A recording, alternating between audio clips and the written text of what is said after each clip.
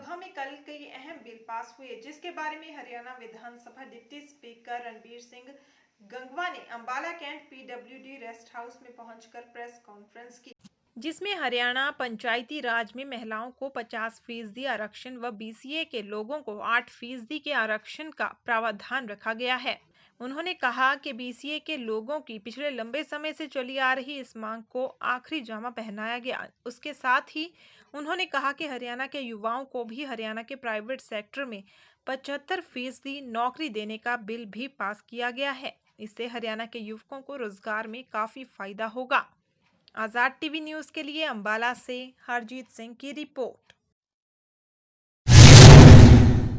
तो अभी जो सेशन हुआ है, इस सेशन के अंदर जो 2 दिवसीय सेशन भी था, वैसे तो 1 दिन का पहले हो गया था, और वही सेशन क्योंकि कोरोना काल था इसलिए ब्रेक के बाद फिर 2 दिन का सेशन अभी आया। उसमें ऐतिहासिक बिल पास करने का काम अभी किए हैं। विशेषकर जो पंचायती राज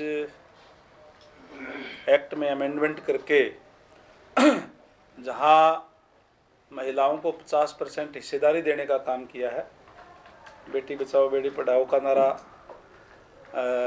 देते हुए उनको महिलाओं को और ज़्यादा सम्मान मिले, इसके लिए जहां उनको दिया है, वहीं विशेषकर जो बीसीए है, बैकवर्ड क्लास ए, जिसको मोस्ट बैकवर्ड भी कहते हैं, उनके लिए भी इसमें 8% का प्रावधान रखा गया है।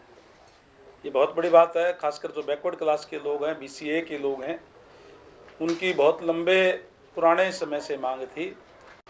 और खासकर इसी तरीके से जो इस सेशन के अंदर जो हरियाणा के अंदर जितने उद्योग हैं, उनके अंदर 75% हरियाणा को युवाओं को रोजगार मिले, ये बिल भी जो है पास करने का काम किया है। तो ये इम्पोर्टेंट बिल जो है इस सेशन काल के अंदर विशेष तौर से जो है आए हैं और वो पास करने का काम इस मौजूदा सेशन में जो हुआ है।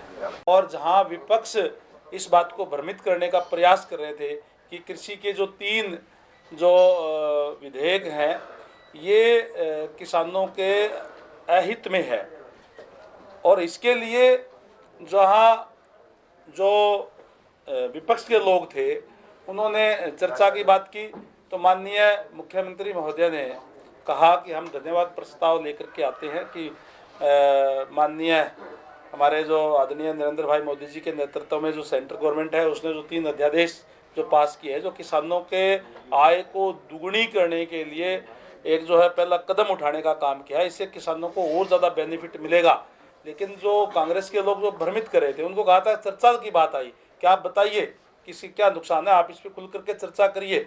लेकिन विपक्ष, क्योंकि हमने तो पहले कहा कि केवल और केवल भ्रमित करने का काम करे, वो चर्चा से भागे, उस पर चर्चा ना करके और वो सदन से बाहर चले गए। उन पर कोई भी चर्चा जो है उन्होंने इस बात पे नहीं की। इसका मतलब है कि केवल और केवल वो गुमराह करने के लिए जो है भ्रमित करने का प्रयास कर रहे थे।